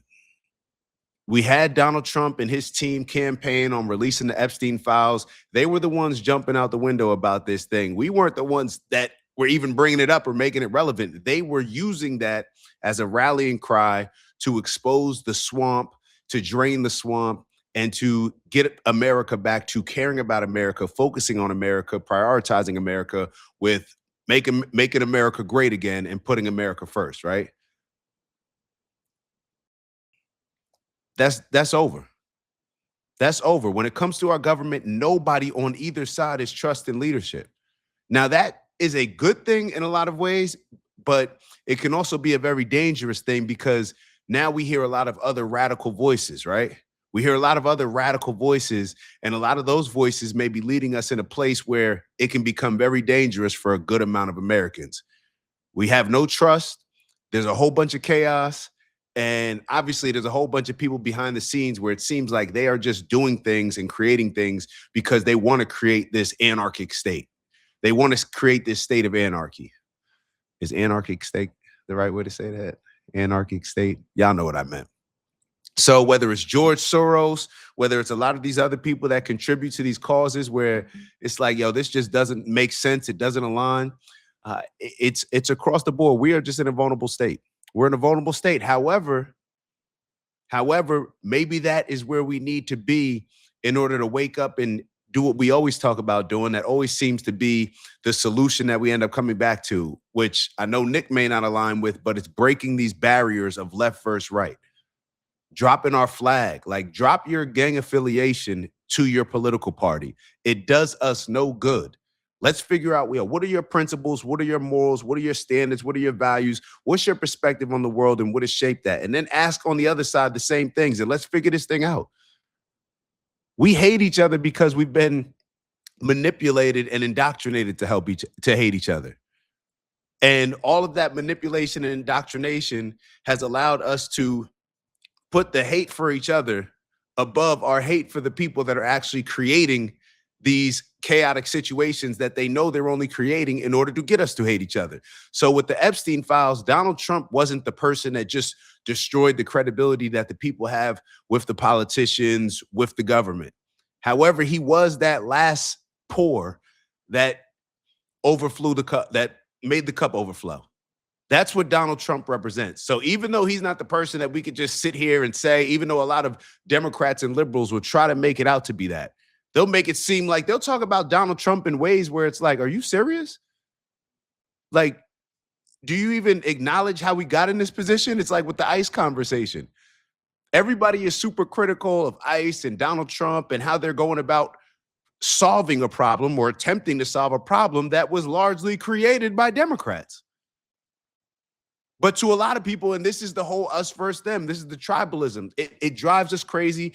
It completely alters our judgment when it comes to a lot of these situations. We become blinded by our bias. It creates blind spots for us where we're not even able to see what's right in front of us. So we just develop that hatred that I'm talking about for each other. So these situations, when we're looking at what's occurring with our government, Donald Trump was just the last pour. Now the cup's overflown, it overflowed, it tipped over, all these different things. So there is this future. I don't know what the future looks like for our country. I don't know what the future looks like for our country. And I can understand both sides of these arguments as we kind of transition into the bigger conversation that wasn't Nick's main topic, but this bigger conversation. I can understand both sides. And not that we'll still discuss Epstein as well, but something that reminds me of what we're talking about right now. Nick mentioned that, don't quote me word for word, but he was saying that people like him want the country to stay as it is. They want to keep and preserve this European culture of Christian nationalism. I can understand that. And I don't know if y'all remember, I asked either yesterday or the day before, I asked Nick and I asked y'all, I said, would you be okay with living in a country where white people became the minority through whatever measures? Let's say it could have been through legal, illegal, whatever. Would you take pride in America? Because what seems like Nick and a lot of others that have his way of thinking are fearful of, they're fearful of losing their country, losing their power. And then when another group gets in power, they're going to oppress Nick and Christianity and white nationalism to a certain extent and European culture. And the question that I just asked that question is because it's a total side note. And I don't want to even lean into it too much because y'all know I don't like playing the victim games. But it just is a thought where it's like, well, would you still embrace America? Would you still love your country? Because there's a lot of other people when people try to tell other groups of people to get over certain things, and I'm one of the first people telling, for example, black people, yo, get over that, figure it out. We got to move forward. It does us no good to rest in the victimhood of leaning into liberals trying to tell us that we're justified in being a victim and that we're owed and entitled to all these different things. Doesn't do us any good. It creates a terrible crutch and a dependency that does us no good, but keeps us dependent upon them. So I don't subscribe to that. But it was just an interesting thought, or I thought it was interesting, where it's like, you know, here you have a particular group of people that, what if you may go? The reason why I was even asking the question is because it leads in. So I said I can understand Nick having those thoughts. Like, yo, we want to preserve what America has always been. He doesn't want people to come in and to either outvote, you know, the people that are there, to change the culture, all these different things. On the other end, you can understand how people, when they come here and want to take advantage of the American dream, they love it. They want to bring their people in. They want to bring certain aspects of their culture in. You can understand that. You come in and you buy property, or you paying taxes, you're renting, whatever it is. Why shouldn't you be allowed to bring your people in legally? So I can understand both sides. I can even understand how Nick points out the difference, or he was talking about how a lot of people on the left, they'll look at Zionism as another form of white supremacy.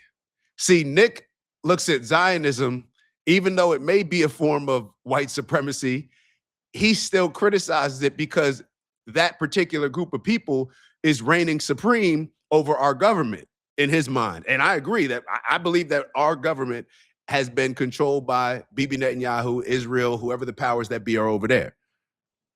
So I can understand all these different things, but I can also understand the leftists saying that, hey, Zionism is another form of white supremacy. Because when you look at what's going on over there, they are trying to remain supreme in that area, and they're white people. Like, so, I mean, I know that they may not identify as white, but you're white. You're European. You're European. You're closer to probably Nick Fuentes than, like, you guys are related. You are European. So I'm seeing all the different angles of this, and I can understand how people are seeing from their perspective. And this is what worries me the most, because everybody feels that they've already developed a certain amount of hate, right? We've all developed a certain amount of hate for each other.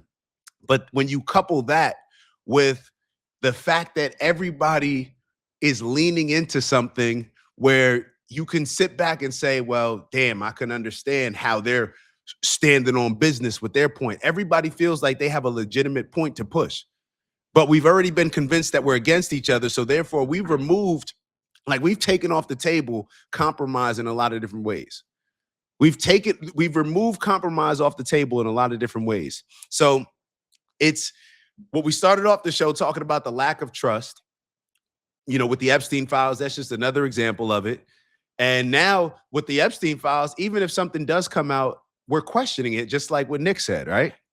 Now we don't even know if it's legit. Y'all told us, Trump said that there were no files. It was a hoax. Now there's 6 million files. You just released 3 million. It doesn't look like everything's a hoax. So clearly Trump and his administration have just been lying. And we know that previous administrations have lied, but now with Trump doing it, it's like, oh man, it's over. So that's the first part of it. Then moving into the second part of what we were discussing, we have all this chaos that was intentionally built. But now the people that created the chaos, they no longer have control because we have such a lack of trust with the government. So now there's so many different fights against each other. Nobody knows who's for what. Like, it's just a lot of confusion.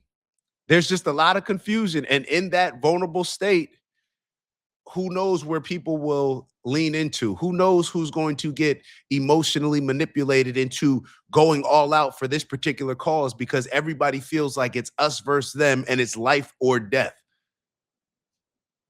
That's what I'm hearing when I hear Nick speak. And a lot of people believe like there is the genocide of white people is going on in America. People believe that. People see this as life and death. I see, when I'm hearing Nick Fuentes, I hear fear. Fear of losing his country, fear of losing his culture. Fear of being overrun by the people that you used to control. And now when they get in power, you have the fear of what they may do when the rabbits got the gun. So there's so many different angles here to all of these conversations that we have. And to me, they all funnel into, yo, put your affiliation, put your, like, let's come to the table, remove any bias or as much bias as you can, remove your affiliation to this politician, this political, remove all of that. Let's come to the table and let's figure this thing out for the good of humanity. Because if we don't, everybody may be gone. Like, it may just be people starting to press buttons here and there. That's what happens. And when there's chaos, nervousness, fear, this is what happens. People end up destroying each other. Or depending on what you believe, maybe God will be sitting back looking like, damn, they can't figure it out. We've gotten to a point where it's the point of no return. Let's just press reset, start all over with another race, another group. So let's transition into the conversation that Nick was bringing up between Tucker and Cenk. They did a podcast together. And I don't really need to see the notes when it comes to this, because my main takeaway is I understand how Nick has an issue with Tucker. Obviously, you can understand how he has issues with Cenk. You know, Cenk is more of a socialist Democrat. I think his issues are more with Tucker, just because that's somebody who he probably liked a lot at a certain point in time and is seen as supposed to be on the same side. So he probably views Tucker, or in my opinion, it seems like he's viewing Tucker as more of a traitor, where Cenk is just somebody like, yeah, whatever, I can't rock with it. You know, if any person on the left get too far left, I just can't rock with you, whatever. But when it comes to Tucker, it seems like he really feels away. Like there's some built up resentment. And I think a lot of it is Nick is willing to, I think Nick has a more sensible argument when it comes to this situation. I do think that people like Cenk, if I'm saying it correctly, Tucker, even Candace to a certain point, people that are not willing to just say what it is and call out Jewish culture. They have to always make it seem like, no, this is about Israel. Well, not about Israel, just the Israeli government. Well, it's just about the current Israeli government that aligns with Bibi Netanyahu. Like, they go out of their way to narrow it down as focused as possible to make sure that they're not offending anybody. But sometimes people need to be offended. There were certain things that were said to me, you know, early on when I used to identify more with like a Black Lives Matter and that type of energy, and things would be said and I would be so offended by it, I would miss the actual point that, oh, these problems are in the Black community. And matter of fact, not only would I miss the point, I get so defensive where I end up not even addressing the fact like, oh, I can take accountability and look internally rather than asking for all these things externally to happen or just calling out all those things. If I use that same energy to just focus on me, to focus on my whatever that is, my village, then we'll be good. But you can, it's needed to offend people, because what it did for me is now I'm holding myself accountable, but also holding my group accountable, right? Whoever is in my group. That's the only way to actually grow, when you have people internally that are calling you out. That's why we always press for the quote unquote good cops to call out the bad cops when there's an issue. Because you just band together when it's only people on the outside calling you out. Everybody just bands together like we see in a lot of ways. We may be seeing this with ICE. But when you're willing to, when you have somebody internally that's willing to call out something that, hey, we need to improve on this, it hits different in my opinion. So let me get back into it. This is not just it's like talking about Black people and saying, well, you know, just some Black people, you know, push for like overly sexualized culture, selling drugs and all that stuff. Well, yeah, that's the dominant culture. Look at what our dominant music is talking about. Look at who Kamala Harris decided to bring to to the rally to get people to vote for her, Meg Thee Stallion. Why is it such a big deal that Nicki Minaj is sitting with Trump? Why does that seem so odd? This is our dominant culture. So for me to sit here and get offended and say, well, that's not all black people, bro, you're missing the point. If you have to go person by person to make any criticism, then we'll never be able to address cultural issues because we'll only look at it as if we're talking to one person. And that's not going to fix things. That's not going to put enough accountability and make enough people uncomfortable to actually call their internal group out and change it. So let's be honest. A lot of the things that Tucker and Cenk will sit up here and talk about when it comes to Bibi Netanyahu and the Israeli government, that the current regime, when you're saying all these things, do you think it's a coincidence that those are some of the same things that people will say when it comes to the Jewish culture? Are we going to act as if the Jewish culture isn't like, and I actually hear more Christian evangelical people pushing this than actually Jewish people, but I've never heard a Jewish person deny that they're the chosen ones. And let me not say I've never, because there's some rabbis and stuff that are pushing against a lot of the things that are happening with Israel and Bibi Netanyahu. But overall, let's not act like that's not a feeling or a real cultural thing. And perhaps that, I'm not even saying that you're wrong maybe for thinking that. Maybe you should feel that your group is the chosen people. But I'm not buying into that. I'm not buying into that. I'm not okay with you now enforcing or using your leverage to push my country's politicians to care more about Israel than to care more about America because you believe that you're the chosen people. You can believe whatever you want. But when it starts to impact my life and when it starts to take away from my resources and giving to another focus, that's when I have an issue with it. That's when it'll be called out. And I'm pretty sure you would understand that if you were objectively looking at it and the shoe was on the other foot. If you were in my position, you would understand that. So we can tiptoe around this situation like Cenk and Tucker may do and say, oh, well, it's just about this. No, call out the actual issue. Put pressure on people that can have more of an influence than Tucker, Nick Fuentes, or Cenk, and actually put pressure on them to actually bring about some of these changes. Call it out. Like, why do we act like we can call out things with any other culture? We look at even white American culture, and perhaps this is why a lot of the disaffected young white men that Nick Fuentes talks to and some of the older people as well align with him. There's no issue, and I've been a part of certain things where we did certain things in a school district. I used to be on this board for my hometown school district, or a foundation that works with the school district, and they forced everybody to take this unconscious bias program. And the unconscious bias program pretty much would say all white people are inherently unconsciously biased or consciously biased to, it was categorizing all based on a certain culture that people believed was relevant to the white culture. So why can't we do that with outside, or I'm not even going to say outside, but why can't, let's say America as a Christian, founded on Christian values, right? Christian European values, but it's America. Why can't you now criticize people outside of that? But you can criticize the people, but you can't criticize people that are not that. Why are we always tiptoeing around this stuff? And the tiptoeing around it makes it even more of an issue. No, you can get called out.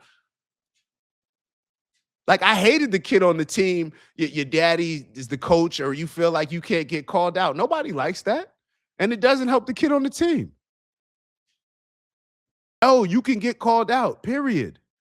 And Nick is somebody that has been willing for a very long time to be calling out a lot of these things. Now other people are trying to, it seems like, and this may not be the exact case with Tucker and Cenk, but now if you're Nick in his position and you've been blackballed for this, you've been canceled for this, for calling something out that a lot of people did not have the courage, a lot of grownups didn't have the courage, and by not calling it out, they actually align with certain things like Tucker with pushing for the Iraq war, all these different things, right? And Nick at a young age was calling this stuff out and getting canceled for it and wasn't getting anybody's help. They say, oh, you're platforming him now. Y'all only started platforming him when his platform became bigger than yours. So you're not platforming him. But you can understand. Let me gather my thoughts a little bit. You can understand when Tucker is saying the things that he's saying, when Cenk is saying the things that he's saying, that Nick is sitting back like now they're just trying to say it because it's the cool thing to say now. Now it's a little bit safer to say it now because I took all the bullets for it. You get what I'm saying? So I can understand from that perspective how there will be a built-up resentment when you've been standing on business, 10 toes, pushing for America, prioritizing America above all of these groups, even the groups that we allegedly align with are our best allies. But you can clearly see, even though a lot of people are scared to call it out, like, yo, this influence is a bit too much. They're controlling our government. They're controlling our president. The president that we actually thought was the least controllable, he's being controlled. So I can understand Nick's perspective. Let me just make sure that I'm not forgetting anything. I was just rambling more so on this one. Can we just be adults when it comes to all this? Like, yes, you can get called out. Yes, your culture can get called out. No, you're not. Nobody's above criticism. The nerve of you to even think that you're above criticism. Yes, y'all have done extremely well in America, and you use your leverage. You leverage that very well. In a lot of ways, I'm sure we can learn something, aspire to be like, that in a way where it's like you have your power or you have certain things. That's what voting is. You put together the things that you want to push for, and you want to use whatever leverage it is to get people to actually implement your agenda. Jewish people have done that tremendously well. But that does not mean that when you do something that does not align or that somebody just doesn't like, that they can't say that. And they can say that without you calling them anti-Semitic, without you. I'm seeing new things where I forget this new guy, the CEO of TikTok. What do you say that Zionist now is going to be hate speech? If you're not using it to compliment a Jewish person, then you use Zionist as if it's a negative thing. Then now that's hate speech. Like, this is ridiculous. Any common sense American can look at this and just say like, nah, like this ain't adding up. We've gone a little bit too far. And not only have we gone too far, this is how we've gone too far, because now it's like everybody's like, hold up, bruh. Like, y'all doing too damn much. And everybody's not an anti-Semite. So the last thing that I'll touch on is, once again, this is just kind of, and this is not wrong or right. I think the common theme of the show has been like, I can understand different perspectives, but one thing that Nick and I aren't going to see eye to eye on, at least right now, is when we do all the tribal talk. Nick wants us to be the superior tribe. And this is what most people want for their tribes as well, right? Everybody wants to be the winners. They want to be the superior group. They want to have the power. They want to have the leverage. They want to have access to the control, all these different things. Even if they're not in their minds using it in a negative way, people want to be in control. So I can understand that. The problem with America is that, and this is one of the biggest problems with Americans. We don't recognize our tribe. We don't have the unity that a lot of other people who come from different countries have, because this is a home game for us. You know how when you play an away game, you go into enemy territory. What does that do? That makes your group lock in and unite even more at a survival, right? At a we all we got here. But when you're at a home game, it's more relaxing. Like, you don't have to, you're not forced or pressured to have that same level of unity because the environment hasn't deemed it necessary. So with a lot of Americans, we end up losing these tribal battles because we're not even looking at it as if like this is our tribe. It's not as identifiable. Would I say that like it's 3 words? Identify. It's not like it's as identifiable as with the other groups. The other groups feel the need. They're coming from another country. they're at an away game. So therefore, they're going to band together in ways that help them financially, gain control, gain power. If they're moving into a certain neighborhood, of course, they're all going to move into the same neighborhood because there's less of them. So therefore, they feel the need to unite. So then that's going to change the culture slowly but surely of that particular neighborhood, unless those people just sit back and embrace everything about their new culture. You can imagine that, hey, the more people that come there, then there's less of a need to even adjust and adapt to American culture. So we're seeing what's happening. We're seeing what's happening. And I can understand how that's, a problem for America. And then as the current laws are or current policies are, now not only are you bringing people in that are more serious, more intentional, more united, and ready to take advantage of a situation that they deem as a better opportunity that we Americans take for granted. Of course, now they're going to outcompete us.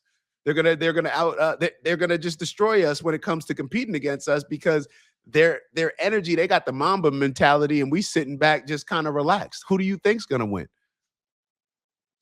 And not only that, we're actually now taking our tax dollars and giving it to them. So we're giving our tax dollars, and during a time where it's the hardest to afford a home, everything is expensive. During that time, we're now going to take our tax dollars, our money, and give it to the people that are now going to outcompete us. I can understand a lot of sides of this. I can understand a lot of the sides of this. It's a very interesting combo, but all of these combos, and where they're created around a lot of chaos and fear. But I think our only option, our best chance, is to just have adults come to the table and just embrace a standard of decency in the discussions. This is what what do we need to do? Use common sense, use some logic. Let's figure out a way to do what makes sense when it comes to America. Everybody's not going to be happy with it. Maybe that means it's a good negotiation, good compromise. I don't know, but we have to figure something out with people coming to the table. And Americans got to be prioritized. Americans got to be prioritized with the overall. And when I say Americans got to be prioritized, it's because you have to, it's like owning a company. Or I'm not going to say owning a company, but you're Americans. This is the home. So there should be a certain level of appreciation that's different, that creates, I don't want to say a hierarchy, but just an understanding and just an appreciation for, hey, I'm coming from another country to your country. How can I add and bring positivity to this country because I'm appreciative of being here? I think that needs to be clear. So hopefully I'm saying it in the right way. I'm not even going to do the whole what I meant to say. I hope y'all appreciate the energy and understand the energy. On that note, let me get out of here. It was already a long show. As always, appreciate y'all. Like, subscribe. Let me know where I'm completely wrong, as y'all always do. I try to come in with the least amount of bias as possible to be as objective as possible, but we all come in with the bias that can create some blind spots for us. So y'all let me know. Like and subscribe once again. Turn your notifications on. Turn your notifications on, because they're trying to play us when it comes to the views, but it's all good. We're going to keep pushing regardless. So on that note, I shall see y'all soon. Ew.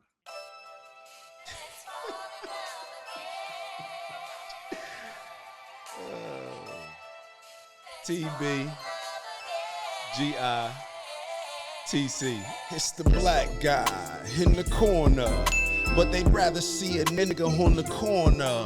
They say I'm stealing Nick's clips like I'm stealing Nick's chick, not knowing that I hit him first week for the lick. I said, Nick, I could post here while you post there. Let's run the ads up, then let's meet up over there. Let's figure out a split that's honorable and fair. Tell me where you trying to take it.